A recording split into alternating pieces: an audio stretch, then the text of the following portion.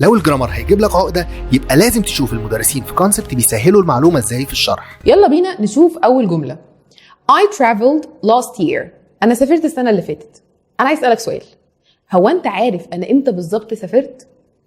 بالظبط السنة اللي فاتت. يلا نروح لتاني جملة. I have traveled before. أنا سافرت قبل كده. نفس السؤال، هو أنت عارف أنا إمتى بالظبط سافرت؟ لا، before قبل كده. أيوة إمتى؟ السنة اللي فاتت؟ لا. سنتين فاتوا؟ لا، محدش قال. هنا بقى الفرق ما بين traveled و have traveled. لما تقول traveled ده ال past simple، أنا عارف إمتى بالظبط سافرت last year. لكن لما أقول have traveled لا، أنا مش هقول إمتى، أنا هقول لك before.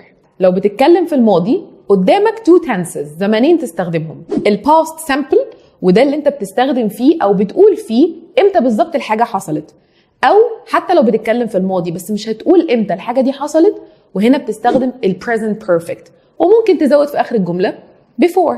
تقدر تحجز معانا وتبدأ في الدورة الجديدة. كلمنا وهنقول لك كل التفاصيل اللي هتحتاجها. كونسبت، اتعلم انجليزي صح.